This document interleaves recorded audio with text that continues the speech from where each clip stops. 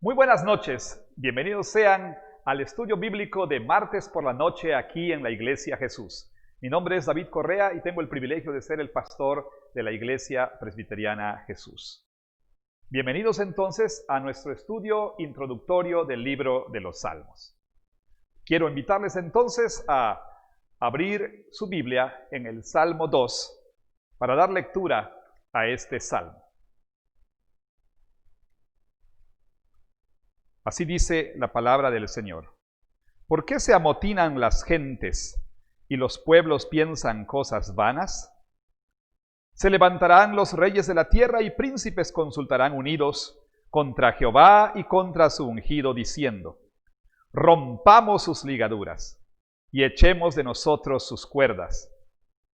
El que mora en los cielos se reirá, el Señor se burlará de ellos. Luego hablará a ellos en su furor y los turbará con su ira. Pero yo he puesto mi rey sobre Sión, mi santo monte. Yo publicaré el decreto. Jehová me ha dicho: mi hijo eres tú. Yo te engendré hoy. Pídeme, y te daré por herencia las naciones, y como posesión tuya los confines de la tierra. Los quebrantarás con vara de hierro, como vasija de alfarero los desmenuzarás. Ahora pues, oh reyes, sean prudentes, admitan amonestación jueces de la tierra, sirvan a Jehová con temor y alégrense con temblor. Honren al Hijo para que no se enoje y perezcan en el camino, pues se inflama de pronto su ira.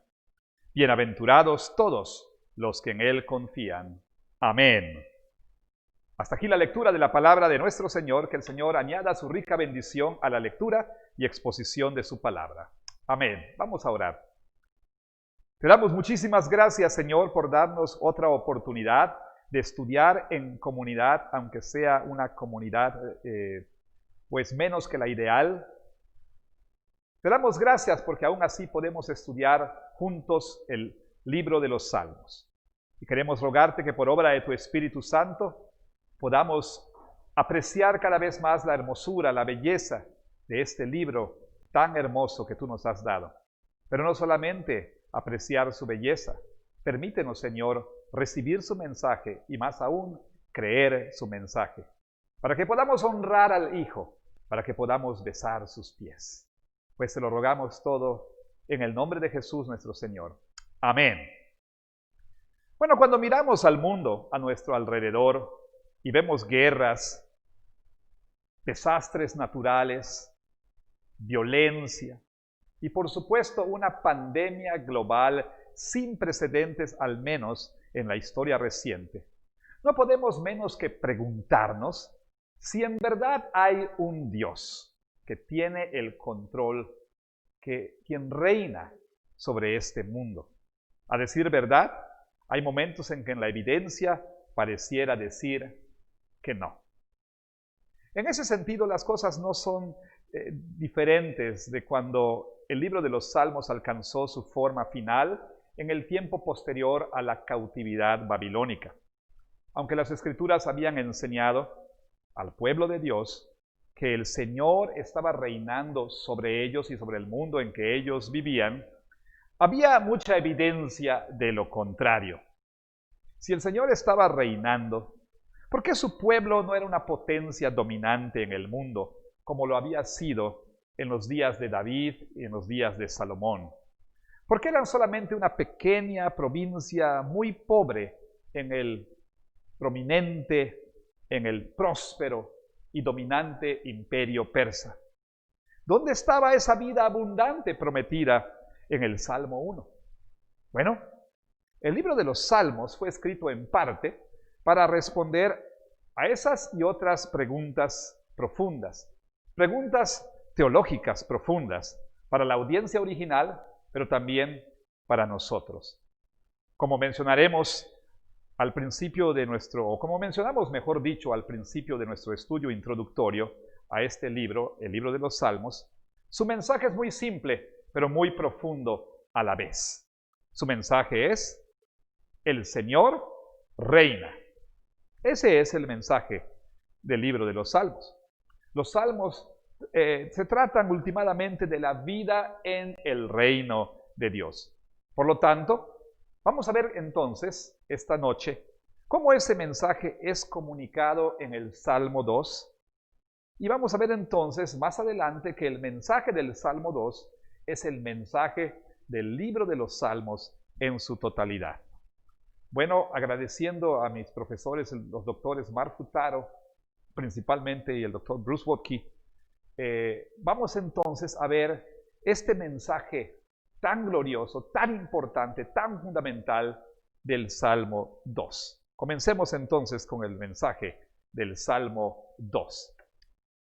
Bueno, el Salmo 2 nos enseña dos dimensiones del reinado del Señor.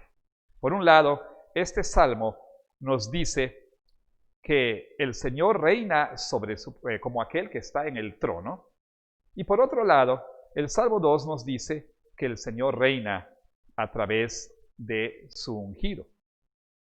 Así que en el Salmo 2 nosotros vemos esas dos maneras, esas dos dimensiones o dos maneras en las que el Señor reina sobre el mundo y en particular sobre su pueblo. Vamos a ver la primera de estas. El Señor reina como aquel que está en el trono. El Salmo 2.4 se refiere al Señor como el que se sienta como rey en los cielos. Bueno, esto lo encontramos en traducciones como la Biblia de las Américas, no así en la Biblia Reina Valera, que nos dice así: el que mora en los cielos se reirá. Ahora bien, allí hay una palabra muy interesante, la palabra hebrea yashav. Esta palabra es traducida normalmente, comúnmente, como simplemente sentarse. Eso es lo que significa en su sentido más ordinario. Ahora, esta palabra tiene ese sentido ordinario cuando se usa en conjunción con una persona, digámoslo así, común y corriente.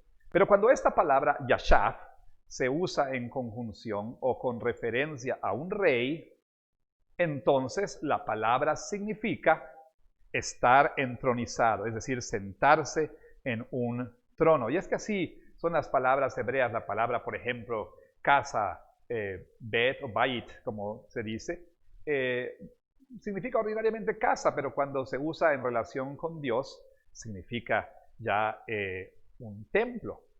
Cuando se usa en conjunción con un rey, significa un palacio. En este caso, yashav, que significa sentarse, cuando se usa en conjunción con un rey, significa estar entronizado, estar en un trono. Esta es la razón por la cual la Biblia de las Américas traduce yashav como el que se sienta como rey en los cielos. Vaya, y es en ese sentido que el término es usado con referencia al Rey Divino, quien se sienta en su trono en el cielo. Bueno, el Señor ciertamente es presentado en el libro de los Salmos como aquel que está entronizado. Pero veamos algunos aspectos de esta primera dimensión o de esta primera manera en que el salmista nos muestra la realidad de que Dios reina en el Salmo 2. El Señor está entronizado en el cielo. Vean ustedes, por ejemplo, cómo la palabra yashav se usa en referencia al reinado del Señor. Y esto lo entendemos por su uso en otros textos, como por ejemplo Salmo 29:10, el cual ustedes están viendo en este momento. Jehová o el Señor preside en el diluvio y se sienta Jehová como rey para siempre. Jehová preside en el diluvio y se sienta Jehová como rey para siempre. Es como rey que el Señor se sienta, y Él se sienta entronizado sobre el diluvio. Hay una palabra, la palabra diluvio. Esta palabra es la traducción del hebreo mabul, el cual se refiere, o este término hebreo, esta palabra hebrea se refiere a la reserva o suministro de las aguas celestiales que inundaron la tierra en los días de Noé. Entonces, decir que el Señor está sentado sobre estas aguas es decir que el Señor está entronizado en el cielo. De este modo, entonces, el Salmo 2.4 presenta a Dios sentándose en su trono celestial, reinando como rey en el cielo. Por supuesto, si el Señor está entronizado en el cielo y no en la tierra, Él es el Rey divino. Así lo afirma el Salmo 47:8, que dice lo siguiente. ¿Quién? Ahí voy a leer este salmo, vamos a regresar. Dice el salmo, ¿quién está sentado en el trono celestial? ¿Quién? ¿Quién está sentado? No un ángel, ¿verdad? No una criatura celestial, solamente el único y verdadero Dios. Este salmo nos dice, reinó Dios sobre las naciones, se sentó Dios sobre su santo templo. Es el Salmo 47:10 como referencia, Salmo 47:8 como referencia. Entonces, este salmo nos hace ver que el que está sentado en el trono celestial no es un ángel, no es una criatura celestial formidable, sino solamente el único y verdadero Dios, como dice el Salmo 9, versículos 2 y 7. Dice así el Salmo 9. Vamos a ver. Me alegraré, tampoco lo tengo por ahí para ustedes, pero lo voy a leer. Me alegraré y me regocijaré en ti. Cantaré a tu nombre, oh Altísimo. Y el versículo 7 dice, pero Jehová permanecerá para siempre. Ha dispuesto su trono para juicio. En estos salmos nosotros podemos ver que es el Altísimo quien reina para siempre desde su trono en el cielo. Así que el Salmo 2 pinta el mismo cuadro del Señor como el que se sienta entronizado en el cielo. El Salmo 2 entonces enseña que el Señor está entronizado sobre la tierra como lo está Él en el cielo. Ahora, veamos precisamente ese punto. El Señor está entronizado no nada más en el cielo, sino sobre la tierra también. El salmista está al tanto de que también hay reyes humanos que reinaban sobre la tierra en su día. El salmista se refiere a estos reyes en el versículo 2, cuando dice, se levantarán los reyes de la tierra y príncipes consultarán unidos. Luego en el versículo 10 se dirige a estos reyes. Ahora pues, oh reyes, sean prudentes, admitan amonestación, jueces de la tierra. Dios no es el único rey, también hay reyes humanos. Pero como aquel que se sienta entronizado en el cielo, Dios es aquel que está entronizado también sobre la tierra. Él reina sobre todos los reyes humanos. Esto es decir, que el Señor es el rey quien tiene el supremo control sobre todos y cada uno de los asuntos del mundo. Ahora, control supremo es lo que los reyes humanos desean, como lo dijera Tolkien en La Comunidad del Anillo. Los hombres, sobre todas las cosas, anhelan poder. Bueno, los reyes humanos no son la excepción. Ellos desean control supremo, poder absoluto. Y ese deseo se indica por este dicho que encontramos en el Salmo 2, versículo 3. Rompamos sus ligaduras y echemos de nosotros sus cuerdas. Bueno, en este verso vemos que los reyes de la tierra, como representantes de los seres humanos, tienen un mal entendimiento de la autoridad de Dios. Ellos ven la posición de Dios de autoridad suprema y autoridad última como ligaduras y cuerdas, cadenas y ataduras en la Reina Valera contemporánea, y cadenas y yugo en la Nueva Versión Internacional, y cadenas y cuerdas en la Biblia de las Américas. La gente piensa que vivir bajo la autoridad de Dios les restringe y les impide que alcancen su pleno potencial.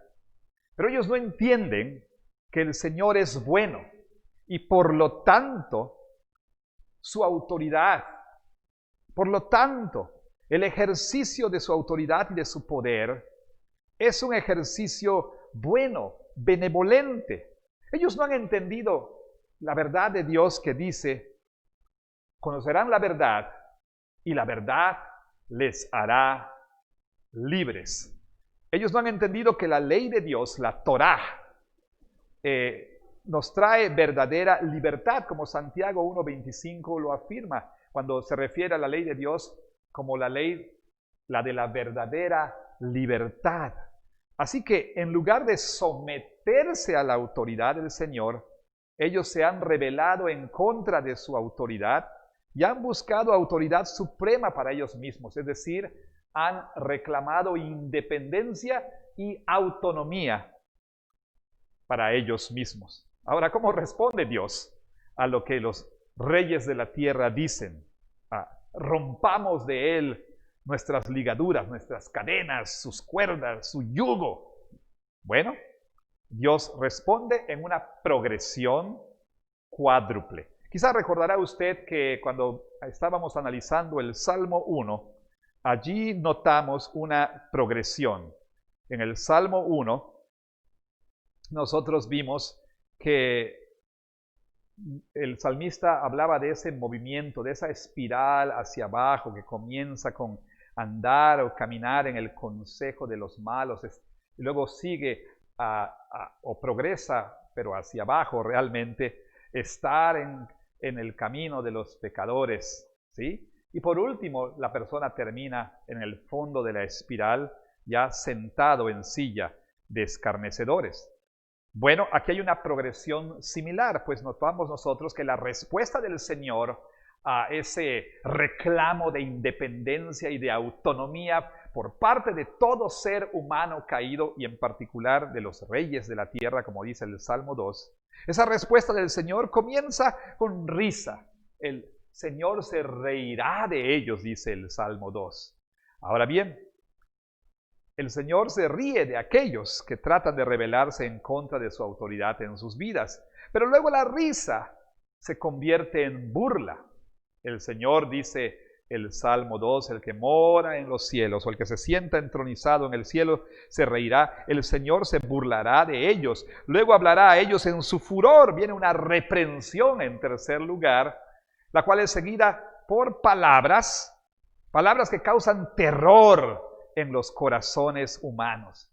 En otras palabras, la gente que resiste la autoridad de Dios lo hace en su propio detrimento, lo hace en perjuicio propio. Resistir la autoridad del Señor en nuestras vidas es el sendero a la muerte. Es el sendero a la muerte, mientras que vivir bajo la autoridad de Dios trae bendiciones y trae vida. Así entonces, nosotros notamos que aunque los reyes de la tierra reclaman esta autonomía, el Señor simplemente se reirá de ellos. ¿Por qué? Bueno, porque el Señor reina a través de su ungido. El Señor reina a través de su ungido. En ocasiones, el Señor actúa directamente en los asuntos del mundo, pero algunas veces actúa indirectamente. A veces sana directamente y a veces a través de los médicos y de las medicinas. Bueno, parece ser el caso cuando nosotros vamos a la Escritura que Dios ordinariamente actúa indirectamente en nuestro mundo, es decir, nuestro Señor actúa a través de causas secundarias o de medios normalmente. Es como Dios actúa ordinariamente. Es decir, el Señor actúa indirectamente, actúa a través de medios. Así que, mientras que es verdad que el Señor reina en el cielo y reina sobre la tierra, Él reina a través de seres humanos. Y de acuerdo al Salmo 2, Él reina a través de su ungido, a través de su Mesías. El Salmo 2:2 se refiere al ungido del Señor, cuando dice: se levantarán los reyes de la tierra y príncipes consultarán unidos contra Jehová y contra su ungido. La palabra hebrea para ungido es Mashiach. Esta palabra significa obviamente Mesías, significa ungido. Un Mesías en el Antiguo Testamento era alguien sobre quien aceite era derramado para apartarle para una función especial. Ese era un Mashiach o un Mesías, alguien sobre quien aceite era derramado para apartarle para una tarea especial. En el Antiguo Testamento, como leemos en Éxodo 28:4, Primero de Reyes 1:34 y Primero de Reyes 19:16, habían diferentes personas que eran ungidos. Entre estos, por supuesto, tenemos a los profetas, a los sacerdotes y a los reyes. A cada uno de estos se les conocía como el ungido del Señor, como el Mashiach o como el Mesías del Señor. Bueno, en el Salmo 2, el ungido es el rey. Y este es el caso más frecuente en el Antiguo Testamento, como lo deja en claro el versículo 6 del Salmo 2, cuando dice: pero yo he puesto mi rey sobre Sión, mi santo monte. Bueno, ungir con aceite era un símbolo del derramamiento del Espíritu Santo para empoderarle para sus tareas, para sus deberes, ¿sí? Ungir con aceite. Entonces, como ustedes están viendo aquí, era un símbolo del derramamiento del Espíritu Santo, en este caso sobre el rey, para empoderarle para sus deberes. El ungimiento y el derramamiento del Espíritu Santo están explícitamente conectados en el ungimiento de David por parte de Samuel, como lo leemos nosotros en 1 Samuel 16:13. Y Samuel tomó el cuerno del aceite y lo ungió en medio de sus hermanos. Y desde aquel día en adelante el Espíritu de Jehová vino sobre David. Se levantó luego Samuel y se volvió a Ramá. Noten ustedes cómo hay esta conexión entre el ungimiento con aceite y el derramamiento del Espíritu Santo. Ahora, este derramamiento del Espíritu Santo, como dije, tenía el propósito de empoderar al rey para llevar a cabo sus deberes. Ahora, este empoderamiento para el oficio real podía ser perdido debido al pecado en la vida del rey, como fue el caso de Saúl, cuando dice 1 Samuel 16:14, el Espíritu de Jehová se apartó de Saúl, note, se apartó de Saúl, así como había sido derramado sobre Saúl para empoderarle como rey de Israel para sus deberes como rey. Entonces aquí se nos dice que por causa de su terca y de su contumaz desobediencia, el Espíritu del Señor se apartó de Saúl. Esa es la razón por la cual David oró en el Salmo 51:11, después de haber pecado con Betsabé, rogándole al Señor que no le quitara el Espíritu Santo, cuando dice: no me eches de delante de ti y no quites de mí tu Santo Espíritu.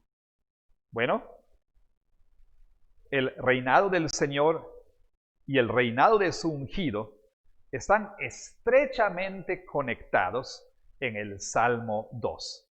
La oposición de los reyes de la tierra es simultáneamente en contra del Señor y en contra de su ungido, como dice el versículo 2.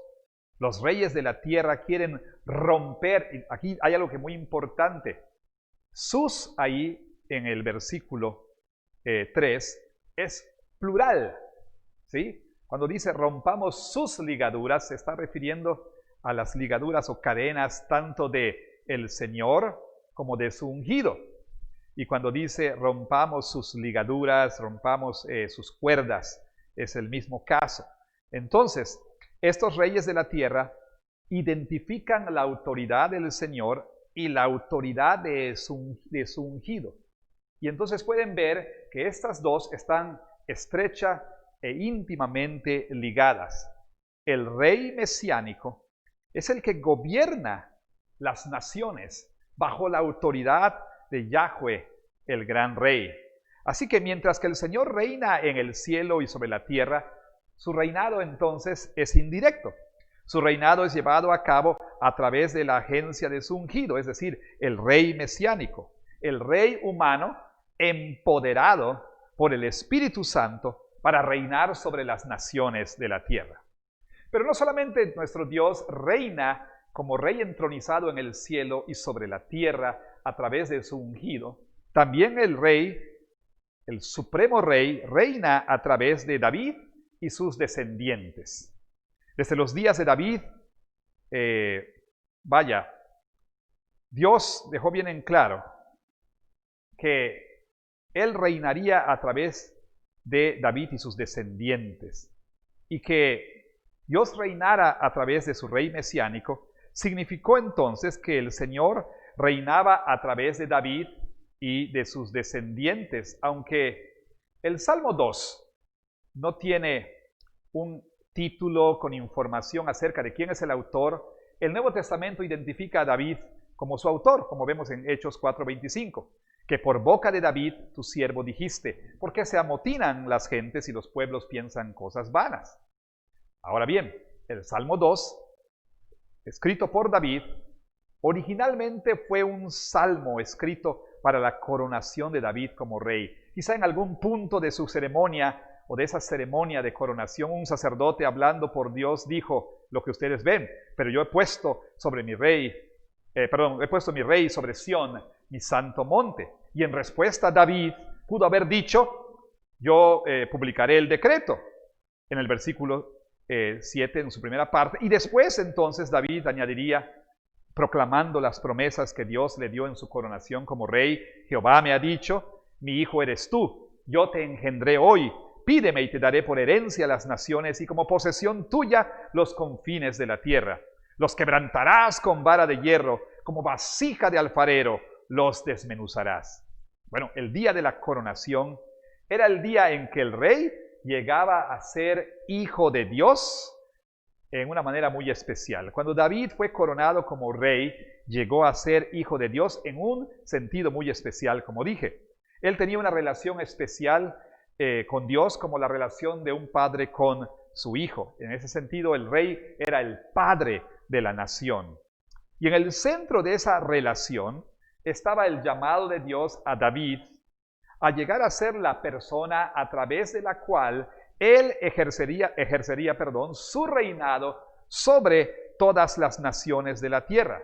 Entonces, en el día de su coronación, David llegó a ser el ungido hijo mesiánico de Dios. Y desde ese día, David heredó las naciones y comenzó a reinar sobre ellas. Bueno, no tenemos certeza de que el Salmo 2 haya sido usado en ungimientos subsecuentes de los hijos de David. Pero de lo que sí estamos seguros es que el trono sería al mismo tiempo el trono de David y el trono del Señor, como lo demuestra una comparación entre pasajes o textos paralelos, como 1 de Reyes 2:12 y 1 de Crónicas 29:3. Noten ustedes, y se sentó Salomón en el trono de David su padre, y su reino fue firme en gran manera. Ahí se habla del trono de David. Luego en 1 de Crónicas 29:23 se dice así, se sentó Salomón por rey en el trono de Jehová. O sea, estos son pasajes paralelos porque hablan del mismo suceso. Nada más que en Reyes se dice que Salomón se sentó sobre el trono de David, mientras que en Crónicas se dice que se sentó Salomón sobre el trono de Jehová en lugar de David su padre, y fue prosperado y le obedeció todo Israel. Entonces, noten ustedes la conexión estrecha entre el trono de David y el trono de Jehová. ¿Sí? En la teología bíblica, entonces, ese trono es uno y el mismo. Nada más que el rey mesiánico está bajo la autoridad del gran rey. David y sus hijos, entonces, serían los reyes empoderados por el Espíritu Santo para reinar sobre las naciones de la tierra como los representantes humanos del Rey divino de cielo y tierra. Pero este reinado últimamente es ejercido a través del hijo más grande de David. Bueno, en el Nuevo Testamento nosotros podemos ver que se identifica a Jesús como el rey mesiánico último o supremo. En Juan 1:41 leemos que después de haber conocido a Jesús, Andrés halló primero a su hermano Simón y le dijo, hemos hallado al Mesías, Y Juan inserta esta explicación que traducido es el Cristo, porque está escribiendo para una audiencia más gentil. Ahora, como la palabra hebrea Mashiach, el vocablo griego Christos, traducido Cristo, significa ungido. Andrés vio entonces en Jesús al ungido, al Mesías, al Cristo, al hijo más grande de David, como lo notamos en el sermón del domingo anterior en Mateo 22, 41 al 46. Bueno, Lucas, por su parte, vio en la experiencia de Jesús el furor de las naciones en contra del Señor y de su ungido, del que habla el Salmo 2. En Hechos 4, 23 al 27 leemos estas palabras.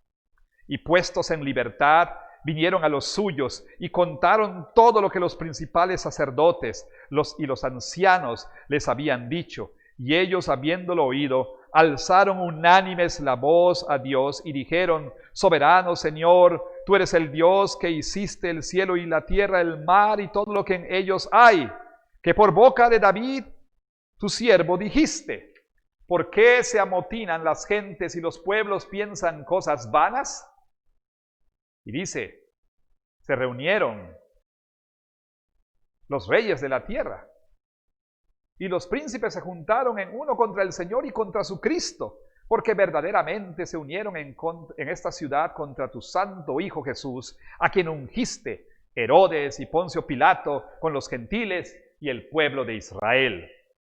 Aquí se dice entonces que las naciones son Herodes, Pilato, los gentiles y el pueblo de Israel.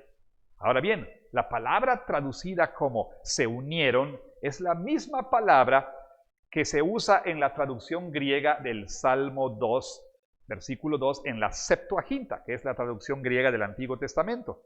La misma palabra que se usa en la Reina Valera y se traduce como consultar unidos contra Jehová y contra su ungido.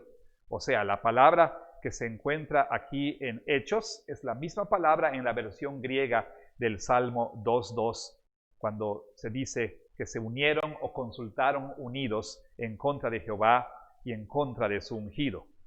Este ungido es identificado por Lucas como no otro, sino el Señor Jesús. Ahora bien, una pregunta que surge es, si Jesús es el ungido, ¿cuándo fue su coronación? Para ponerlo de otro modo, ¿cuándo Jesús llegó a ser el Hijo de Dios?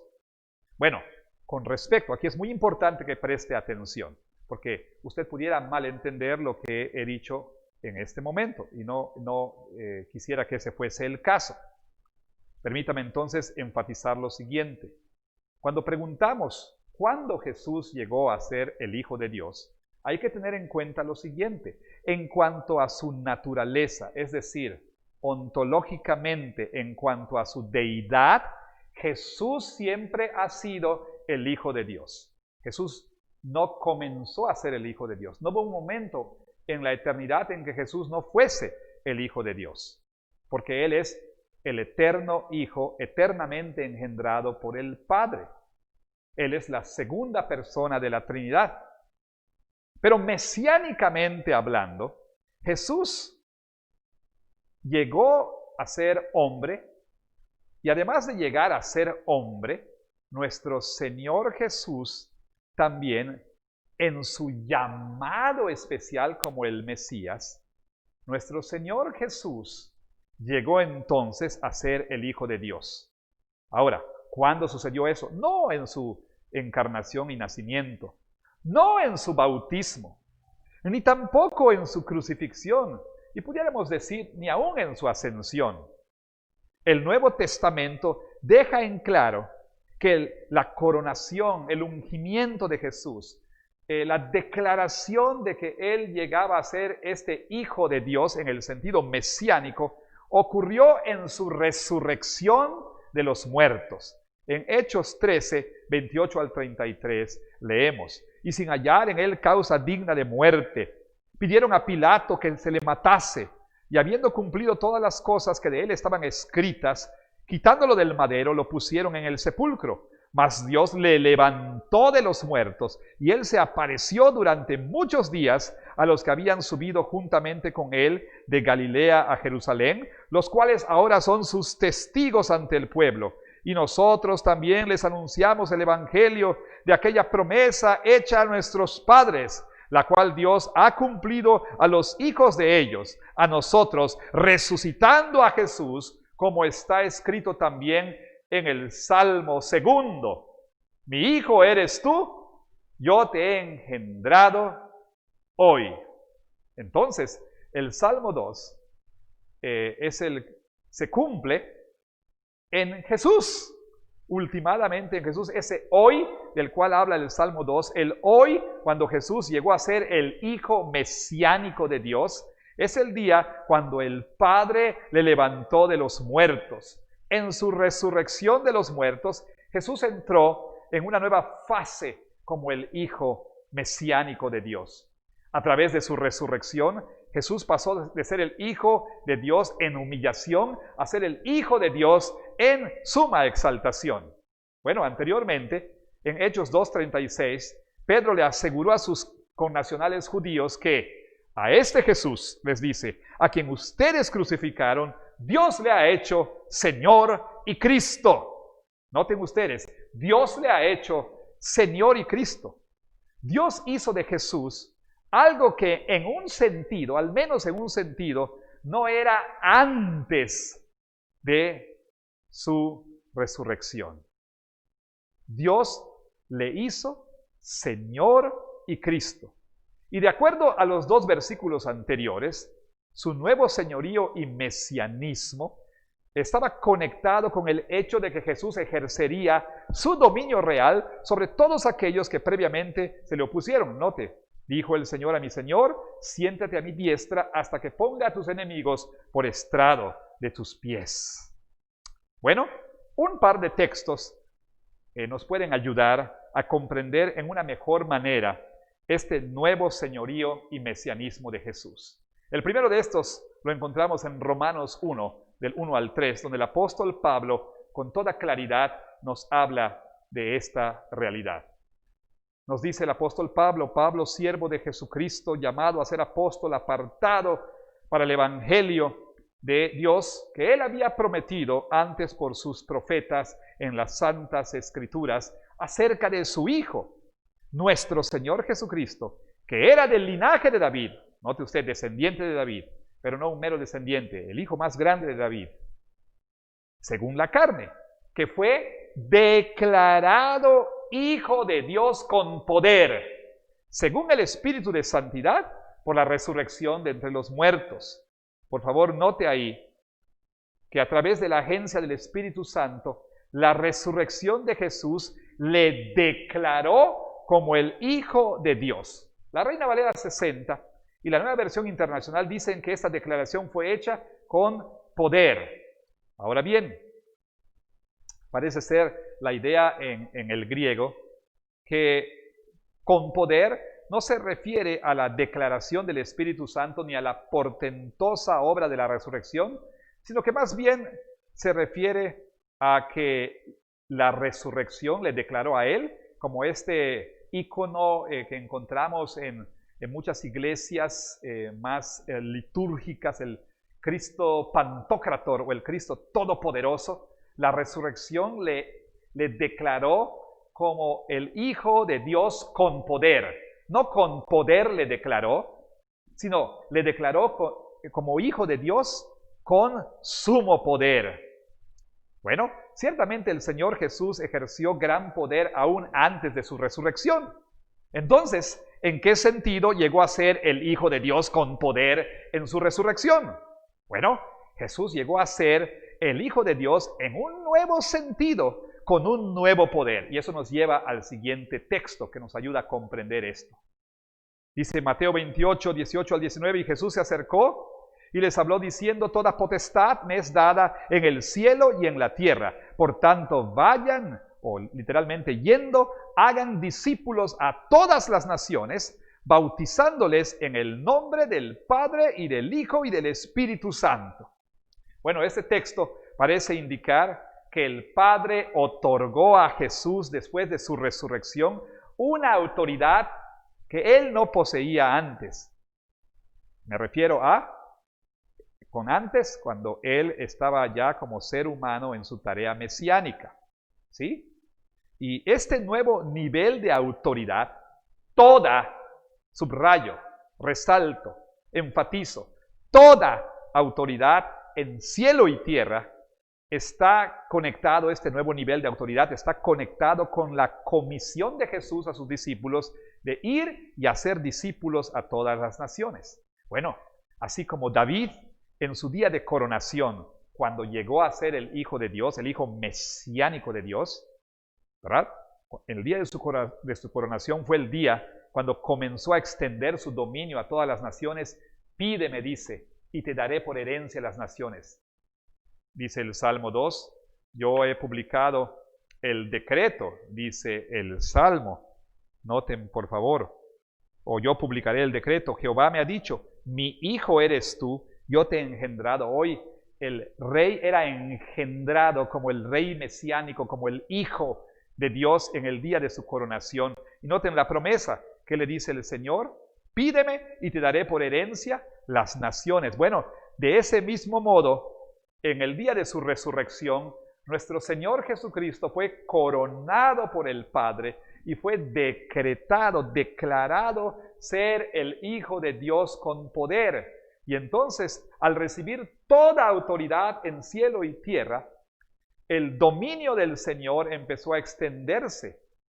Por eso es que le dice a sus discípulos, vayan a todas las naciones. Y más adelante en Hechos, comenzando en Jerusalén, me serán testigos.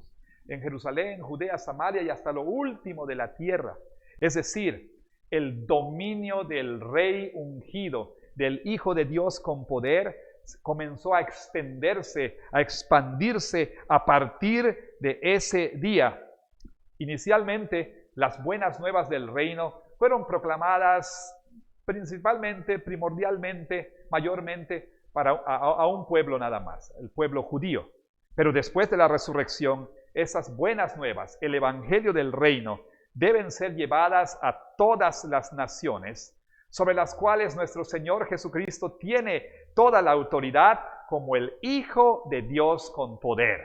Entonces, el Salmo 2 nos enseña que el Señor reina en el cielo y sobre toda la tierra, y que Él reina a través del ungido, del Hijo mesiánico de Dios, David primero, sus descendientes, y ultimadamente a través del Hijo más grande de David, el Señor Jesús, el verdadero Mesías, el verdadero ungido, el verdadero Hijo mesiánico del Señor.